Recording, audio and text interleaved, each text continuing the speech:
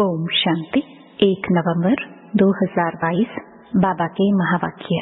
मीठे बच्चे, अपनी बुद्धि किसी भी देहधारी में नहीं लटकानी है।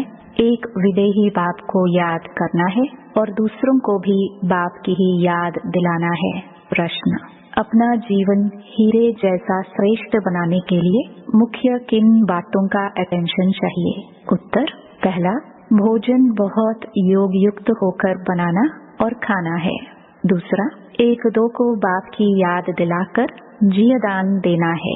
तीसरा, कोई भी विकर्म नहीं करना है। चौथा, फालतू बातें करने वालों के संग से अपनी संभाल करनी है। झरमुई झगमुई नहीं करना है। पांचवा, किसी भी देहधारी में अपनी बुद्धि की आसक्ति नहीं रखनी है। देहधारी में लटकना नहीं है। छठा, कदम कदम पर अविनाशी सर्जन से राय लेते रहना है। अपनी बीमारी सर्जन से नहीं छिपानी है। ओम शांति। बच्चे किसकी याद में बैठे हैं? शिव बाबा की। शिव बाबा को ही याद करना है और कोई भी देहधारी को याद नहीं करना है। तुम्हारे सामने यह देहधारी बैठा हुआ है, उनको भी याद नहीं करना है। तुमको याद सिर्फ एक विदेही को करना है जिसको अपनी देह नहीं है।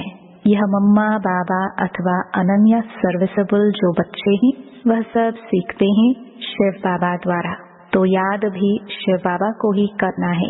भल कोई बच्चे जाकर किसको समझाते हैं तो भी बुद्धि में समझना है कि शिव बाबा ने इनको पढ़ाया है। बुद्धि में शिव बाबा की याद रहनी चाहिए, न कि देहधारी की। अगर इस देहधारी को तुम याद करते हो तो यह कॉमन हो जाता है। बाप कहते हैं कभी भी देहधारी में लटकना नहीं है। तुमको याद एक को करना है जो सभी को सद्गति देने वाला है। अगर इस साकार को याद किया तो वह याद निष्फल है। जैसे लौकिक बाप को बच्चे याद करते हैं, उनसे कोई फायदा नहीं होता। कोई ब्राह्मणी को याद किया कि हमको फलानी ब्राह्मणी पढ़ावे तो निष्फल हुआ। कोई की भी याद नहीं रहनी चाहिए। हमको शिव बाबा पढ़ा रहे हैं, कल्याणकारी शिव बाबा है। देहधारी पर कभी बलिहार नहीं जाना होता है। यह बाबा भी तुमको कहते हैं मन मना भव। देहधारी को याद किया तो दुर्गति को पाएंगे। बाप जानते हैं कोई कोई की ब्राह्मणी के साथ बुद्धि जुट जाती है, यह रॉन्ग है। देहधारी में आसक्ति नहीं होनी चाहिए। बाबा का फरमान है मामेकम याद करो, सुबह को उठकर मुझे याद करो। देहधारी को लौकिक कहा जाएगा, उनको याद नहीं करना है। एक मुझ निराकार को ही याद करो।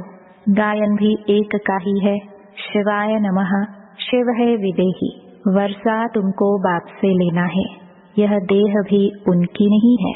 बाप कहते हैं इस शरीर द्वारा मैं सिर्फ तुमको पढ़ाता हूँ, क्योंकि मुझे अपना शरीर नहीं है, इसलिए इनका आधार लेता हूँ। कल्प पहले इन द्वारा मैंने तुम बच्चों को सहज राजयोग सिखाया था, जिससे तुम पावन बने थे। मेरी सेवा ही यह है, पतितों को पावन बनाना। बाकी कृपा या आशीर्वाद मांगना फालतू है। यह बातें भक्ति मार्ग में चलती हैं, यहाँ नहीं है। ऐसे भी नहीं कोई बीमार हो जाए मैं ठीक कर दूं, यह मेरा धंधा नहीं है। पुकारते हैं हम पतितों को आकर पावन बनाए, दुर्गति से सद्गति में ले चलो। गाते हैं परंतु अर्थ नहीं जानते। भगत तो सारी दुनिया में है। यह सब किसको याद करते हैं? एक पतित पावन बाप को। सारी दुनिया के मनुष्य मात्र का वह लिबरेटर है, गाइड भी है। दुख से लिबरेट कर परम धाम में ले जाने वाला बाप ही है। तो बाप की श्रीमत पर चलना चाहिए। कदम कदम पर राय लेनी चाहिए कि इस हालत में क्या करें। सर्जन तो एक ही है। यह ब्रह्मा सर्जन के रहने और बोलने की जगह है। इस सर्जन जैसी मत कोई और दे ना सके। बच्चों को टाइम वेस्ट नहीं करना चाहिए। दिन प्रतिदिन आयु कमती होती जाती है। विनाश सामने खड़ा है। गफलत की तो बहुत पछताना पड़ेगा। झरमुई झगमुई करने में, टाइम गवाने से तुम्हारा बहुत नुकसान होता है। तुमको औरों को बचाना है। मनुष्य तो एक दो को बाप से मिलाते नहीं और ही दूर करते हैं। इस समय सबकी उतरती कला है तो जरूर उल्टी मत देंगे। बच्चों को अब ज्ञान मिला है तो कोई भी विकर्म नहीं करना चाहिए, छिपाना नहीं चाहिए। यह तो तुम जानते हो, हम जन्म जन्मांतर पाप करते ही आए हैं। बाप का बनकर अगर पाप करते होंगे तो और क्या कहेंगे। यह कहते हैं हमको परमात्मा पढ़ाते हैं और खुद पाप करते रहते हैं। पाप करके फिर न बताने से यह बोझा उतरता नहीं, आदत पक्की हो जाती है। समझते हैं हमको कोई देखता नहीं है, भगवान तो देखता है ना, नहीं तो सजा कैसे मिलती है। गर्भ में दिल अंदर खाता है कि हमसे यह पाप हुआ। समझो कोई विकार में जाकर फिर यहाँ आकर बैठते हैं। बाप को तो मालूम पड़ता है, बहुत ही तुच्छ बुद्धि है जो समझते नहीं, पाप करते रहते हैं, सुनाते नहीं। कई बातें साकार बाप भी जान लेते हैं, परंतु बच्चे सुनाते नहीं हैं। बाप कहते हैं पाप करते रहेंगे तो वृद्धि होती रहेगी, फिर 100 गुना दंड भोगना पड़ेगा। चोर चोरी करता रहता है, उनको चोरी बिगर कुछ सूझता ही नहीं है, उनको जेल बर्ड कहा जाता है। बाप बच्चों को समझाते हैं कि सिवाय बाप की याद दिलाने के और कोई झरमुई झगमुई की फालतू बात करे तो समझो यह दुश्मन है। फालतू बातें न करनी है न सुननी है। एक दो को सावधानी देते रहो कि शिव बाबा को याद करो। कोई को फिर गुस्सा भी लगता है कि फलाना मुझे क्यों कहता है, परंतु तुम्हारा फर्ज है याद दिलाना। याद से विकर्म विनाश होंगे। जब तक कर्मातीत अवस्था नहीं आई है तो मनसा वाचा कर्मणा कुछ न कुछ भूले तो होती रहती हैं। कर्मातीत अवस्था पिछाड़ी में आएगी, सो भी थोड़े पास विद ऑनर होंगे। जो सर्विस नहीं करते उनकी यह अवस्था आएगी नहीं। सर्विस पर जो रहते हैं वह एक दो को याद कराते रहते हैं। परमपिता परमात्मा के साथ तुम्हारा क्या संबंध है। बाबा अपना मिसाल बताते हैं कि मैं भी भोजन कर बैठता हूँ, स्नान करता हूँ, तो मुझे भी याद दिलाओ कि शिव बाबा को याद करो। भल खुद याद न भी करे, परंतु बाबा का डायरेक्शन अमल में लाना चाहिए। अगर अपना कल्याण करना चाहते हो तो याद दिलाओ एक दो को। ब्रह्मा भोजन की बहुत महिमा है। भोजन बनाने वाले ब्राह्मणों का योग ठीक चाहिए, तब तो भोजन में ताकत आएगी। याद से ही तुमको जीवदान मिलता है। अपना हीरे जैसा जीवन बनाना है।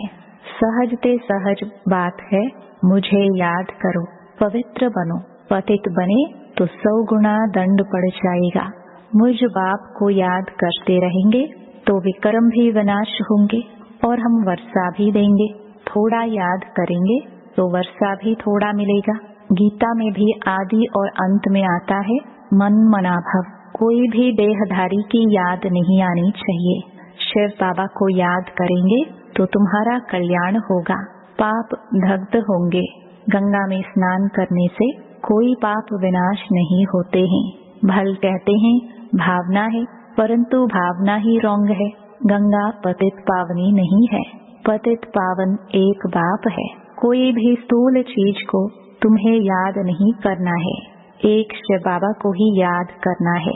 आत्मा कहती है हे गॉड फादर, हे परमपिता परमात्मा। बाप कहते हैं मैं आया हूँ, तुमको बिल्कुल सहज उपाय बताता हूँ कि मुझे याद करो। अंत में मेरी याद रहेगी तो तुम मेरे पास चले आएंगे। जीव और आत्मा है ना। मनुष्य आत्मा को पाप आत्मा, पुण्य आत्मा कहा जाता है। पुण्य परमात्मा नहीं कहा जाता है।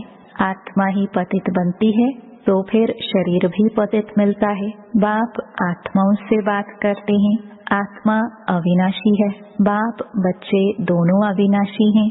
बाप कहते हैं लाडले सिखिलदे बच्चों, मैं एक ही बार आकर तुमको पावन बनाता हूँ, तुमको आत्म अभिमानी बनाए कहता हूँ अशरीरी भव। मुझ बाप को याद करो।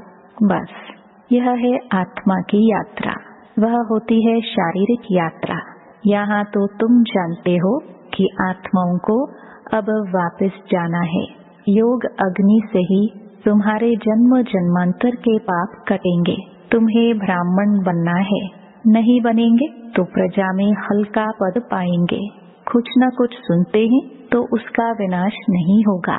जो अच्छी तरह पढ़ेंगे पढ़ाएंगे वही ऊंच पद पाएंगे। सहज से सहज बात है याद की। परमपिता परमात्मा को याद करना है। ऊंच ते ऊंच एक ही भगवान है, इसलिए गीत भी शिव बाबा का ही गाने से ठीक है। तुम्हारी बुद्धि वहाँ रहनी चाहिए कि शिव बाबा हमको सुनाते हैं। अभी नाटक पूरा होता है। हम सब एक्टर्स को अब शरीर का भान छोड़ वापस घर जाना है। बाप को याद करने से विकर्म विनाश होंगे। फिर जितना याद करेंगे उतना ऊंच पद पाएंगे। जैसे एक पिलर बनाते हैं ना, जहाँ दौड़ी लगाए हाथ लगाते हैं, फिर जो पहले पहुँचे। तुम्हारा पिलर शिव बाबा है। याद के यात्रा की दौड़ी है। जितना याद करेंगे उतना जल्दी पिलर तक पहुँचेंगे। फिर आना है स्वर्ग में। इस यात्रा में थकना नहीं है। अब तो दुख धाम खत्म हुआ। हमको तो सुख धाम शांति धाम में जाना है। आज दुख धाम है, कल सुख धाम होगा। अब यही बाप की याद सबको दिलाओ। बाप ने हथेली पर बहिश्त लाया है। कहते हैं मामेकम याद करो तो बेड़ा पार हो जाएगा। टाइम वेस्ट मत करो। भक्ति में भी बहुत झरमुई झरमुई की। भक्ति में कितनी रड़ियां मारते हैं कि भगवान हमारी सदगति करने आओ। अब बाप आए हैं, समझाते हैं, बच्चे पवित्र बनो, भल युगल इकट्ठे रहो। देखो आग तो नहीं लगती है, आग लगी तो पद भ्रष्ट हो पड़ेगा। एक बार आग लगी तो फिर लगती ही रहेगी। इसलिए अपने को संभालना भी है। योग में रहने की बड़ी प्रैक्टिस चाहिए। योग में भल कितना भी आवाज हो, अर्थक्वेक हो, बॉम्ब गिरे, देखे क्या होता है। इन बातों से डरना नहीं है। यह तो जानते ही हैं कि रक्त की नदियाँ भारत में ही बहनी है। पार्टीशन में रक्त की नदियाँ बही ना, अजन तो बहुत आफतें आनी हैं। तुमको देखना है। मिरुआ मौत मलू का शिकार। तुम फरिश्ते बन रहे हो। जो अच्छे सर्विसेबल होंगे वही उस समय ठहर सकेंगे। इसमें बहुत मजबूती चाहिए। शिव बाबा को याद करना है। शिव बाबा जैसा मीठा बाप फिर कभी नहीं मिल सकता। उनकी ही मत पर चलना है। मुख्य बात ही है पवित्र बनने की। पतित उनको कहा जाता है जो विकार में जाते हैं। देवताएं है ही संपूर्ण निर्विकारी। यहाँ तो सब हैं विकारी। वह है शिवालय, यह है वेश्यालय।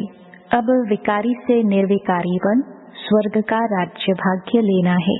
बाप कहते हैं मैं पावन दुनिया स्थापन करने आया हूँ। तुमको मैं पावन दुनिया का मालिक बनाऊंगा। सिर्फ पवित्र बनने की मदद करो। सबको बाप का निमंत्रण दो। 5000 वर्ष पहले भी जब मैंने गीता सुनाई थी तो कहा था मामेकम याद करो तो पावन बनेंगे। चक्र को फिराएंगे तो चक्रवर्ती राजा रानी बनेंगे। हेल्थ, वेल्थ और हैप्पीनेस मिलेगी। सत्युग में सब कुछ था ना। बाप कहते हैं मेरे को याद करो तो कभी 21 जन्म रोगी नहीं बनेंगे। स्वदर्शन चक्र फिराते रहेंगे तो तुम चक्रवर्ती राजा बनेंगे। मैं प्रतिज्ञा करता हूँ। भगवान वाच। बाबा सिर्फ अलफ और बेद पढ़ाते हैं। मनमना भव और मध्याजी भव। बस पढ़ाई भी कितनी सहज है। बस दिल पर यह लिख दो। कोई विरले व्यापारी इस धंधे की युक्ति उस्ताद से लेते हैं। वह धंधे आदि भल करो, मना थोड़ी है। अच्छा मीठे मीठे सिखिलदे बच्चे जो खुद भी अलफ और बे को याद करते और दूसरों को भी याद दिलाते हैं, वही प्यारे लगते हैं। ऐसे बच्चों को माता पिता बाप दादा का याद प्यार और गुड मॉर्निंग। रूहानी बाप की रूहानी बच्चों को नमस्ते। धारणा के लिए मुख्य सार। पहला, याद की यात्रा में तखना नहीं है, एक दो को सावधान करते बाप की याद दिलानी है। अपना टाइम वेस्ट नहीं करना है, झरमुई झगमुई पर चिंतन न करना है, न सुनना है। दूसरा, पास विद ऑनर होने के लिए मनसा वाचा कर्मणा कोई भी भूल नहीं करनी है। वरदान, दृढ़ संकल्प द्वारा असंभव को संभव कर सफलता का अनुभव करने वाले निश्चित विजयी भव। संगम युग को विशेष वरदान है असंभव को संभव करना, इसलिए कभी यह नहीं सोचो कि यह कैसे होगा, कैसे के बजाय सोचो कि ऐसे होगा। निश्चय रख कर चलो कि यह हुआ ही पड़ा है, सिर्फ प्रैक्टिकल में लाना है, रिपीट करना है। दृढ़ संकल्प को यूज करो। संकल्प में भी क्या क्यों की हलचल न हो तो विजय निश्चित है ही। दृढ़ संकल्प यूज करना अर्थात सहज सफलता प्राप्त कर लेना। स्लोगन, सदा करन करावन हार बाप की स्मृति रहे तो भान और अभिमान समाप्त हो जाएगा। ओम शांति।